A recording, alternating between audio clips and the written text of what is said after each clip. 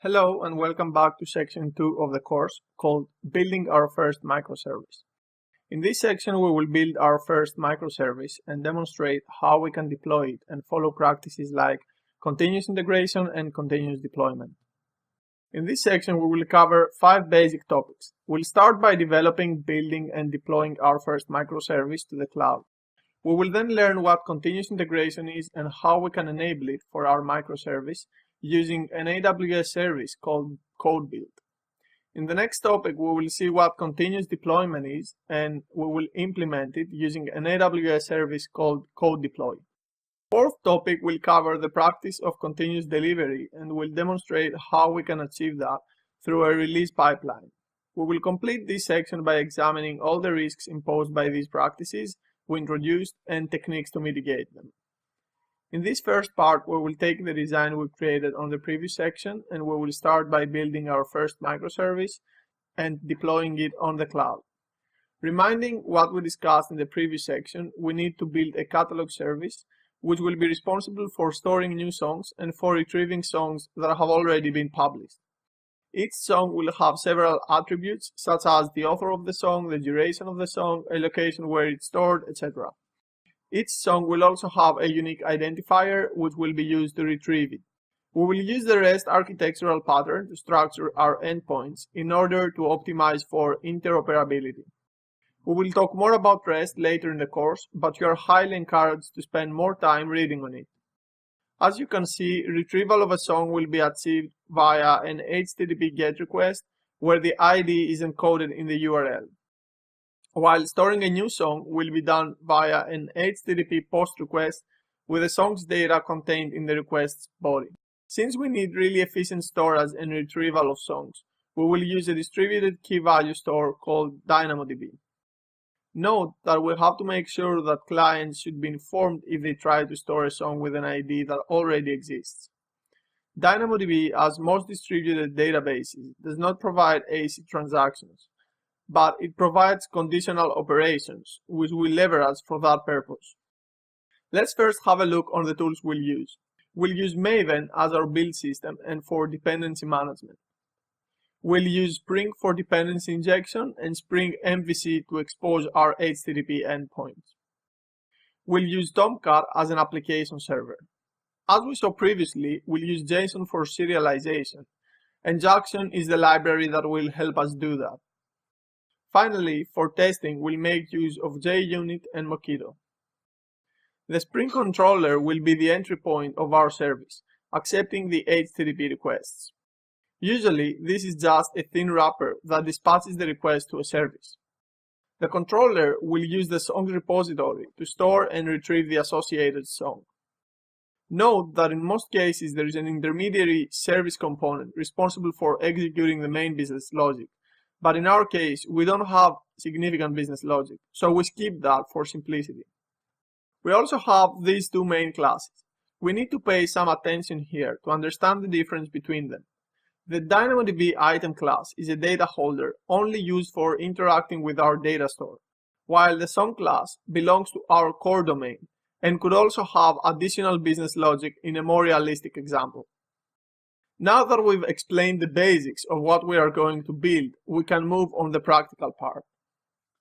I will first walk you through the starter project you can use to build the service we just showed. We've imported here the starter project as we've demonstrated previously in the course overview.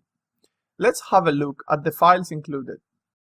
In the README file, you will be able to find detailed steps you can repeat to reproduce exactly the same environment I have during my demonstrations during the course. The POM file contains the dependencies of the services, such as libraries it's using and configuration that defines how the project is built. This starter project contains a very simple service with a single endpoint that returns a random number. To start the service, you can just open the terminal in the root folder of the project and use the following command. The service is now running in localhost, so you can call it through your browser.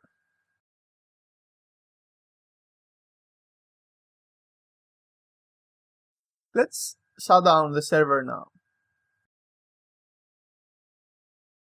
Let's now have a look at the code and explain how everything works. We are using the Spring framework, where the entry point of each request is the controller. You can see here we defined the class and marked it with a controller annotation so that the framework knows what's the entry point. The request mapping annotation defines how each request is translated. More specifically, this mapping will accept GET requests, reading an integer parameter from the URL and passing it to the method, and producing a JSON response as a result. We see here that the component generates a random number. For the conversion between the memory objects and the JSON text, we use a library called Jackson. You will notice there is another class marked with a configuration annotation. This annotation signals to Spring that this class defines how objects should be instantiated when the service is started. We currently have no objects besides the controller, that's why it's empty. Lastly, there are some XML files in the web app directory. These are used to configure the application server we are using, which is called Tomcat. The test directory contains any tests we might want to run over our software. For now, it contains a dummy test which will be replaced with real tests when we develop our service. It's very easy to run a test from IntelliJ. In order to develop the service, you will need to update the controller with the required endpoint, create the components needed for the business logic and storing data to DynamoDB, and update the configuration class so that it instantiates them appropriately. To communicate with DynamoDB, you'll probably need to import the SDK library provided by AWS. In the rest of the video, we'll go over the solution, explaining how it works. So if you want to try this on your own first, you can pause the video here. Let's now have a look at the solution and explain how it works. You will also be provided with a code of the solution we will show here. First of all, we have to import our project into IntelliJ, which I've already done here. The most basic file of a Maven project is the POM file, where we define all the dependencies we'll be using and additional configuration for our build. Here you can see all the dependencies we are using, like Spring and DynamoDB, and the most important part is in the end of the file, where you will see that we define some plugins. More specifically, we'll be using Tomcat 7 Maven plugin, which is used so that we can easily build and deploy our application in a very simple and easy way, as we'll see later on. Let's have a look on the code. As we mentioned previously, our entry point is the controller. We can see here that there are two main methods, one for getting a song and one for publishing a new song. This component is a thin wrapper which calls immediately the songs repository component. In the same logic, the repository contains two methods, one for getting a song by its identifier and another one for storing a new song. For that, it's using the DynamoDB song item, which, as we mentioned before, is a data holder. You can have a more thorough look on these components on your own. More important aspect is dependency injection, which is the process by which all the necessary components are instantiated when the application starts. You can find that in the configuration class. Here we can see that there is one method for each component marked with a bin annotation, which defines how the component will be instantiated. The most important thing here is how we can differentiate configuration for various environments. For instance, we can see here that we will be using a different instance of DynamoDB depending on whether we are in development or production environment. Now that we had a look at the code, let's go and try to deploy our application locally. First, we will start a local instance of DynamoDB. We've downloaded in this folder the local DynamoDB library provided by AWS. We'll start the database with the following command. To gain some time, I've already created the table and populated it with some data. So we can deploy locally our server now. Note we will be using the development profile so that the server connects to the local database.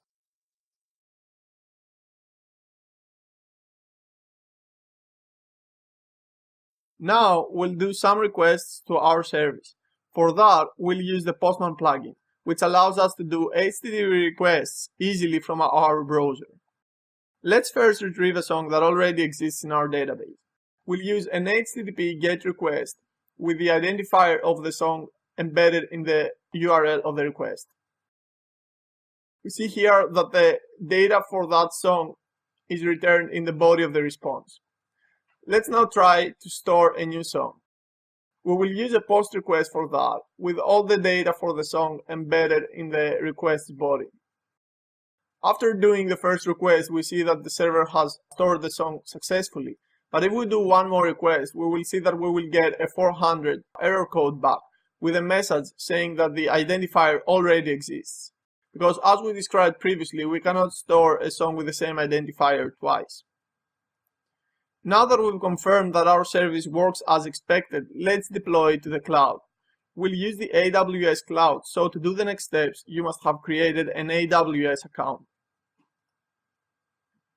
I've already created a DynamoDB table, which will be used as our production table. As we can see here, this table is empty for now. To gain some time, I've already started an EC2 server, and I've copied the project in that server. Let's SSH to the server. This is the folder where we've stored our AWS key. We'll have to log in as the EC2 user and using the public DNS of the server. As we can see here, there is a folder for our project, and inside that we can see all the files of our project. We can start the application using the same command, but with a production profile this time, so that we connect to the production database. Now we can visit again Postman and try to hit our production server this time. For that, we'll need again to copy the DNS name of our production server, then select the GET request and replace localhost with the DNS of the server. After doing that request, we see that we get a 404 not found error code, which is expected because the database contains no data in it. Let's now try to store a song by using a POST request, replacing again the localhost with the DNS name. We see that we get back a 200 OK response. So let's take our DynamoDB table. We see here that the item has been successfully stored in our DynamoDB table. To achieve that, I had to create some additional resources. Let's walk through them. First of all, I've created an IAM role in order to allow our production server to read and write to our production database. We see that this role can be assumed by EC2 servers and has access to read and write operations to our DynamoDB table. I've also created a security group which is equivalent to a firewall. We can see that we've opened port 22 for SSH connections and port 88 for HTTP connections to our application server. It's important that when you provision your server, you select an image that contains Java 8 and Maven pre-installed. You can search for that in the community AMIs. It's also important that you attach the IAM role we created and also the security group that we've created. You will also acknowledge that you will use the key pair that you've created previously. The project contains a README file which has detailed instructions for how to create all these resources via the AWS CLI. Make sure that you've configured it with your credentials and you've set up a default region so that all the resources are created in the same region. We'll conclude our demo here, but feel free to experiment more on your own. Note that in this part you will be provided two different sets of files, one containing only a starting point of the service and another one with a full solution, so you can develop everything we showed on your own from scratch. In this video, we built our first microservice and demonstrated how we can deploy it in the cloud.